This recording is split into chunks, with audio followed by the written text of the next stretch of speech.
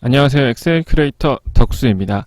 네, 오늘은 리본 메뉴에서 5번째에 있는 데이터 탭을 설명을 드리도록 할게요. 자, 이제 앞에 조금 제가 여러 번 편집을 하다 보니까 쓸데없는 말도 너무나 많고, 그 다음에 뭐 이상한 말도 조금 하는 것 같아서, 네, 주저리 그러는 것보다 바로 데이터 탭에 있는 내용을 알차게 더 알려드리도록 하겠습니다. 자, 마찬가지로 제 수업의 특징은 실무에 꼭 알아야 될 스킬이다 보니까 데이터 탭에서 우리가 꼭 알아야 될 내용 총 현재 3가지를 준비를 했거든요. 일단은 기본적으로 3가지는 꼭 알고 계셔야 될 것 같아서 준비를 했습니다. 자, 첫 번째로 제가 알려드릴 내용은 먼저 데이터 탭 가운데 보시면 제가 확대를 한번 할게요. 가운데 보시면 자, 이렇게 가운데를 보시면 네, 필터라고 하는 기능 보이시죠? 요게 일단은 가장 기본적으로 아셔야 되는 내용입니다. 자, 이제 말 그대로 필터라는 기능은 이제 뭐 데이터를 어떤 소팅할 때 써주시는 기능이라고 기억해 주시면 될 것 같아요. 자, 그래서 바로 필터 적용법을 한번 해보도록 할게요. 자, 다시 통계 자료에서 보통 우리가 흔히 이런 분류값들, 데이터를 다운받으면 제일 상단에 분류값들이 보이죠. 이 분류값들을 마우스 드래그를 이용해서 쭉 잡아준 상태로 필터라는 버튼을 눌러주시면 되거든요. 단축키는 아래에 보이시다시피 컨트롤 시프트 L입니다. 컨트롤 시프트 L 누르셔도 되고 필터라는 기능을 이렇게 클릭해 주셔도 됩니다. 자, 그러면 분류값에 이렇게 아래쪽에 역삼각형들이 생겼죠. 맞나요? 이게 이제 필터 기능이 적용이 된 건데 필터 사용 방법을 바로 또 알아보도록 하겠습니다. 자, 보통 필터 분류값 내에서 하나 선택해 주신 후에 역삼각형을 클릭하시면요, 이렇게 창이 하나 뜰 겁니다. 창이 하나 뜰 텐데 이것도 확대를 좀 할게요. 이렇게 창이 하나 뜰 거거든요. 이렇게 창이 하나가 뜰 텐데, 자, 창에서 보시면 세 번째 보시면 색 기준 정렬이라는 버튼이 보이실 거예요. 여기에 마우스 오버에 보시면 오른쪽에 핑크 색깔이 바로 뜨는 거 확인되시죠? 핑크 색깔 바로 뜨는 거 확인되시죠? 자, 그 상태에서 핑크 색깔을 제가 클릭을 했더니 어떻게 되냐면요, 원래는 네, 이런 데이터였어요. 근데 필터를 제가 적용을 하니까 핑크 색깔들이 위로 모였죠. 맞나요? 자, 다시 한번 필터를 선택해 주신 후에 5번째 보시면요, 이번에는 색 기준 필터라는 게 있어요. 또 오른쪽에 핑크 색깔이 보이죠. 또 제가 핑크색을 클릭해 봤더니 이번에는 핑크색만 남네요. 자, 필터는요, 딱 2가지만 기억해 주시면 돼요. 어떤 거냐면 필터 끝에 나오는 정렬이란 단어하고 필터 끝에 나오는 이제 필터란 단어, 이 2개의 차이점만 기억해 주시면 될 것 같아요. 정렬은 말 그대로 내가 선택한 것들을 먼저 위로 모이게 하는 기능이고요. 필터는 내가 선택한 것들만 보여지게 하는 기능입니다.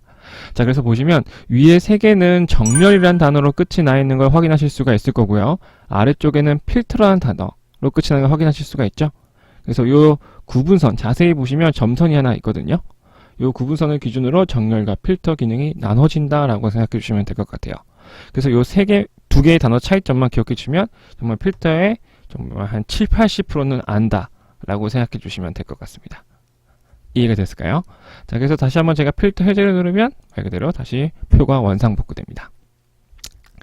자, 그 다음에는요, 사실 제가 요 텍스트 나누기라는 기능도 보통 이제 많이 쓰이긴 하거든요.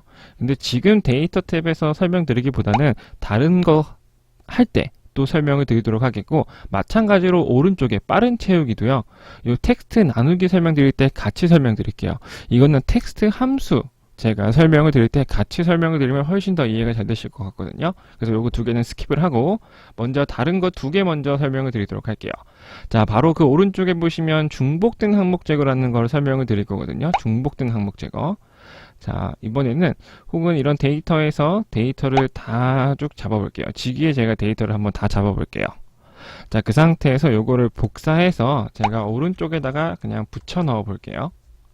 자, 붙여넣은 상태로 다시 이동을 해서 중복된 항목 제거, 셀들을 선택한 상태에서 중복된 항목 제거를 누르면요, 이렇게 바로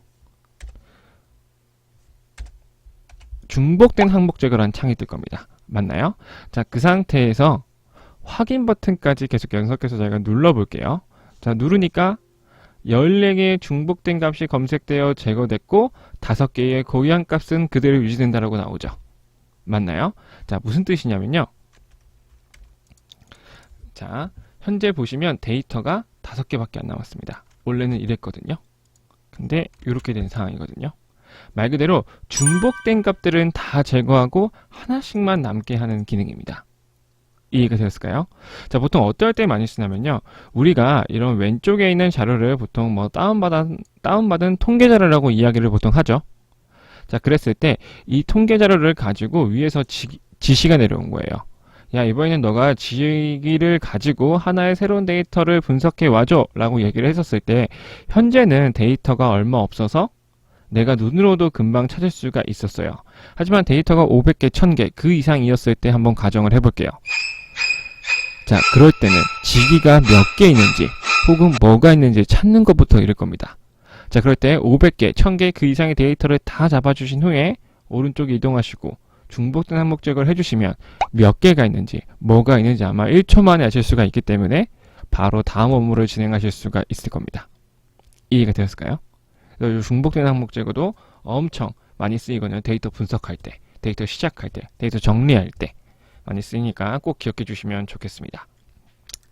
자, 그 다음에 이제 데이터 탭에서 마지막으로 설명드릴 건 요 데이터 유효성 검사라는 기능을 설명해 드릴 거예요.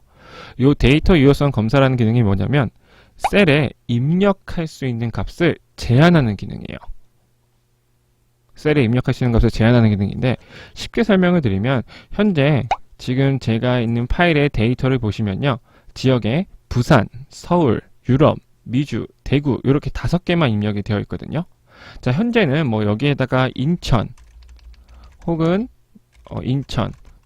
방금 오타난 것처럼 어떠한 데이터를 입력을 해도 현재는 입력이 되지만 이 데이터 유효성 검사라는 기능을 여기다가 세팅을 쭉 해주잖아요. 그러면 제가 방금 말했던 부산, 서울, 유럽, 미주, 대구 요거 5개 말고는 아무것도 입력이 되지 않습니다. 이해가 되셨을까요? 자, 먼저 하는 방법은요. 첫 번째, 제한하고 싶은 입력 값들을 다 적어줘야 돼요. 이렇게 부산, 서울, 인천, 미주, 그 다음에 대구죠. 다 적어주신 후에 그 다음에 제한하고 싶은 셀을 선택을 해줄게요. 자, 그 다음에 데이터 유효성 검사 선택을 하면 데이터 유효성 창이라는 게 뜰 겁니다. 이렇게. 자, 거기서 모든 값 클릭해 주신 다음에 글씨 아래쪽에 목록 버튼으로 바꿔줄게요. 자, 이 아래쪽에 이제 원본이 제한하고 싶은 입력 값을 얘기하는 곳이거든요. 여기다가 사실 부산, 인천 이렇게 콤마 찍으면서 입력을 해도 되는 방법도 있고요. 하지만 우리는 먼저 입력을 해놨기 때문에 오른쪽에 범위 선택하는 버튼 클릭해 주신 후에 범위 잡아주시고 엔터 확인 버튼까지 연속해서 눌러주시면 끝이에요. 자, 근데 현재는 지금 제가 셀들을 선택을 한 걸 보니까 다 옆에 콤보 박스가 생긴 거 확인되시죠?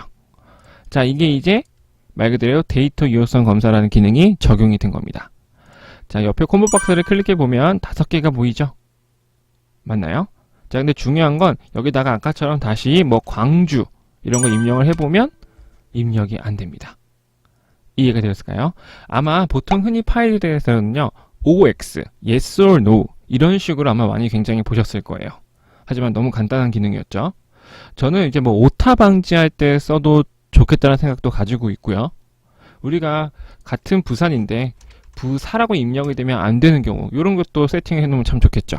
그 다음에 정말 5개 이외에는 아무것도 입력을 하면 안 되는 경우라든가 여러 가지 방법으로 많이 쓰일 수가 있습니다. 이해가 되었을까요? 자, 이렇게 해서 이제 오늘도 데이터 탭에서 우리가 꼭 알아야 될 기능, 실무에서 꼭 알아야 될 기능을 설명을 드렸는데요.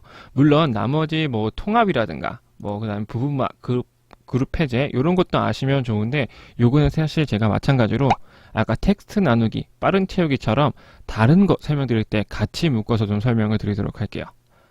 기본으로 꼭 알아야 될 내용은 사실은 아닌 부분도 있긴 하거든요. 네.